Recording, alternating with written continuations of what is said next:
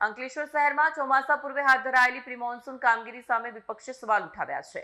ભરૂચી નાકા સ્થિત જલારામ મંદિર પાસે કરોડો રૂપિયાના ખર્ચે ચાલી રહેલી નાળાના નવીનીકરણની કામગીરી હજુ સુધી પૂર્ણ ન થતા આગામી ચોમાસામાં જળબંબાકારની સમસ્યા સર્જાવાની આશંકા વ્યક્ત કરાઈ છે।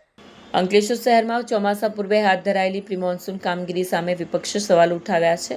ભરૂચી નાકા સ્થિત જલારામ મંદિર પાસે કરોડો રૂપિયાના ખર્ચે ચાલી રહેલ નાળાના નવીનીકરણની કામગીરી હજુ સુધી પૂર્ણ ન થતા સમસ્યા સર્જાવાની આશંકા ઊભી થઈ છે। સ્થળ પર નાળાના તૂટેલા સ્લેબ હજુ સુધી દૂર નથી કરાયા। ઉપરાંત કાસ અને નાળામાં જમા થયેલી માટી તથા ગાદની પૂરતી સફાઈ ન થતા વરસાદી પાણીના નિકાલમાં અવરોધ ઊભો થવાની શક્યતા છે, જેના કારણે ભરૂચી નાકા અને આસપાસના વિસ્તારોમાં પાણી ભરાવાની સ્થિતિ સર્જાઈ શકે છે। કોંગ્રેસના નગરસેવક બખ્તિયાર પટેલે પાલિકાની કામગીરીની ટીકા કરતા જણાવ્યું છે કે પ્રી મોન્સૂન કામગીરી માત્ર કાગળ પર જ દેખાઈ રહી છે। પાલિકા દ્વારા ચોમાસા પહેલા તમામ જરૂરી કામગીરી પૂર્ણ કરવા પ્રયાસ કરવામાં આવી રહ્યા છે, તેમ નગરપાલિકા પ્રમુખ જિગ્નેશ સંદાડિયાએ જણાવ્યું હતું। નવીનીકરણ યોજના શહેરને લાંબા ગાળે રાહત આપશે કે નવી સમસ્યા ઊભી કરશે તે અંગે સ્થાનિકોમાં ચર્ચા શરૂ થઈ ગઈ છે।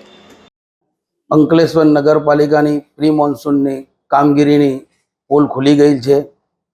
હમણાં જ હાલમાં જ જલારામ મંદિર પાસે જે નાળો બન્યો છે એ નાળાની યોગ્ય સફાઈ થયેલ નથી। એકલું ભ્રષ્ટાચાર દેખાઈ રહ્યું છે। એ પછી M29 જે કાંસ છે, જે વરસાદી પાણીનું કાંસ છે, જેમાં JIDC ને બધા વિસ્તારનું પાણી એ કાંસમાંથી નીકળે છે, એ પાણીની પણ યોગ્ય સફાઈ થઈ નથી। નગરપાલિકાની પ્રી મોન્સૂન કામગીરી કાગળ પર જ બોલે છે। કરોડો રૂપિયાનો ભ્રષ્ટાચાર નગરપાલિકા દ્વારા થઈ રહ્યો છે। જે અગાઉ જે સત્તાભોગી પ્રમુખ દ્વારા ખરેખર ભ્રષ્ટાચાર થયેલ છે અને હાલમાં જે હમણાં નવા નિમાયેલા પ્રમુખ આવેલ છે એ શું કરે છે એ જોવાનું રહ્યું। ગત રોજ સોશિયલ મીડિયા પર એક ન્યૂઝ ચાલતા હતા ને તેની જાણકારી અમને મળતા અમે ઘટના સ્થળે જાત તપાસ કરી, જાત નિરીક્ષણ કરી ને આગળની કાર્યવાહી કરવા માટે જે તે અધિકારીઓને જરૂરી સૂચનાઓ આપી છે।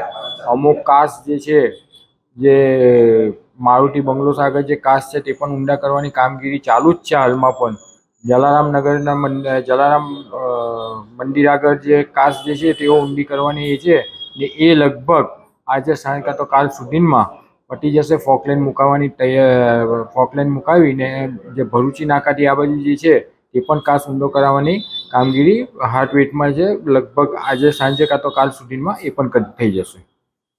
Video journalist bureau report Satya TV news Ankleshwar.